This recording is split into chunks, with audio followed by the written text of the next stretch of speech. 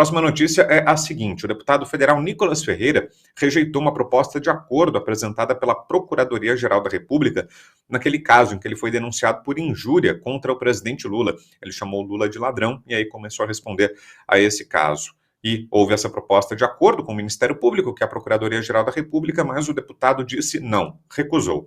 Com isso, a denúncia agora continuará tramitando normalmente e a acusação será analisada pela primeira turma do Supremo Tribunal Federal, que decidirá se há ou não elementos suficientes para tornar Nicolas réu e abrir uma ação penal. Começo contigo, Silvio. O que achou da decisão do deputado? Tá certo, Brown, porque, olha só, bom, em primeiro lugar, o deputado Nicolas Ferreira falou algo que o presidente Lula, quando saía às ruas, ouvia com frequência.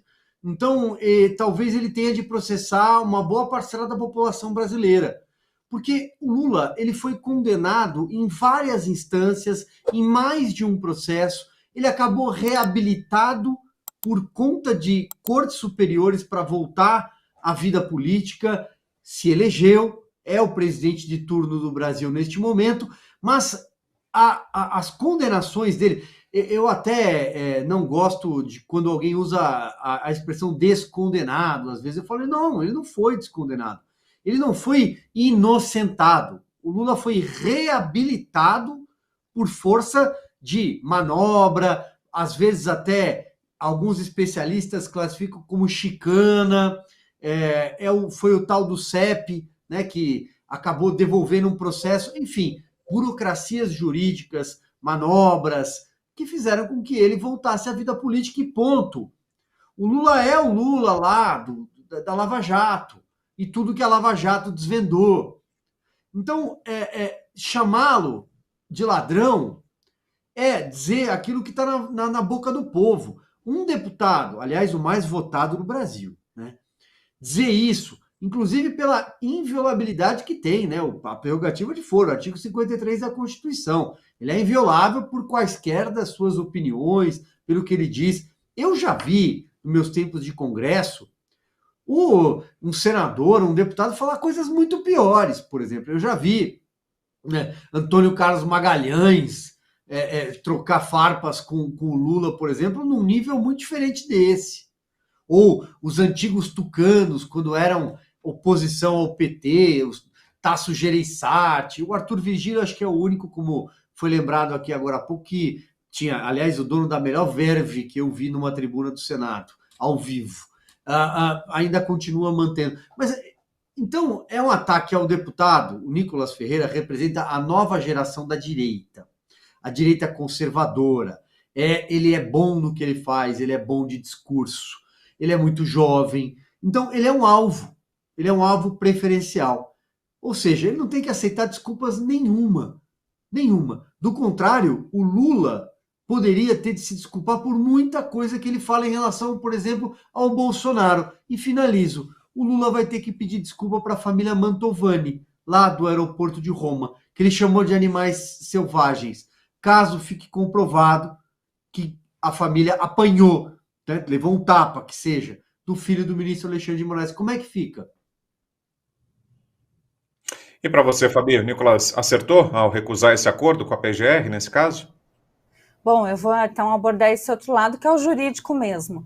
Acertou e muito, porque se ele tivesse, então, dito sim, além, né, do que já foi falado aqui da parte moral da coisa, que realmente não deveria, ele perderia a primariedade em relação a acordos. Como a gente sabe que o Nicolas é um alvo, né, se eu fosse advogada dele, ia falar, pelo amor de Deus, vamos tentar se defender nesse processo, porque está fácil demais. Muita gente diz a mesma coisa e é meio que, né, sabido por todos o que realmente são os fatos que ocorreram no Brasil, não dá para desvirtuar. Só que como ele tem essa grande centralidade aí como líder, né, um líder da direita que está nascendo, qualquer coisa pode ocorrer, qualquer palavra que ele disser pode ser mal interpretada, e no caso dele, que a gente sabe que a justiça no Brasil, a democracia é relativa, né, é freestyle.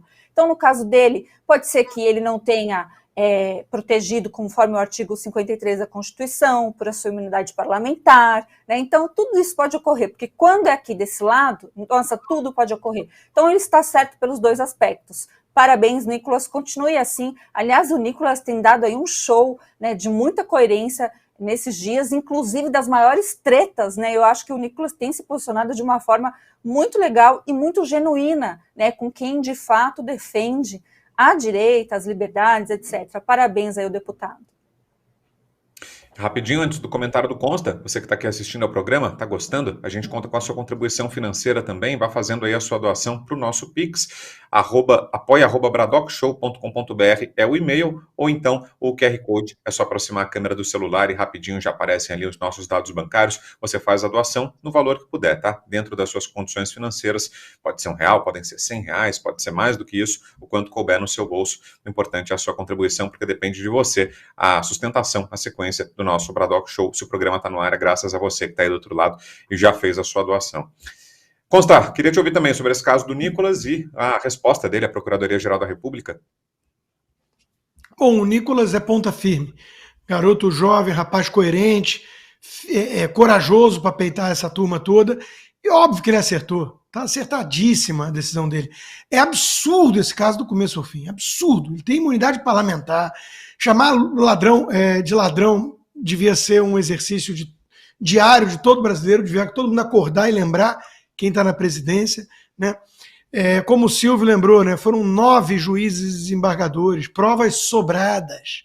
Agora, vamos lá, não quero chamar o Lula de ladrão aqui para não trair processo para o Bradock. Ele já me processou no passado por coisa muito parecida e perdeu, tá? Mas a justiça muda, né? Olha, o Nicolas sendo alvo disso. Me diz uma coisa, tem algum esquerdista que tenha chamado o Bolsonaro de genocida que foi parar em inquérito, em acordo, em processo? Então, olha o duplo padrão, né? Esse país é ridículo. É ridículo o que está acontecendo com esse país. Agora, vamos lá, né? Tá bom, então não sou eu falando. Além dos 9 juízes desembargadores, vamos lá. Barroso, cleptocracia terrível que tomou conta do país. Gilmar Mendes, houve corrupção, não sei o quê. Alexandre de Moraes disse, esse governo corrupto, daquela forma que só ele sabe falar, né, com aquele ódio, que nem ele falou de mim, um foragido, mas ele falou do PT, governo corrupto, quando ele era tucano, né?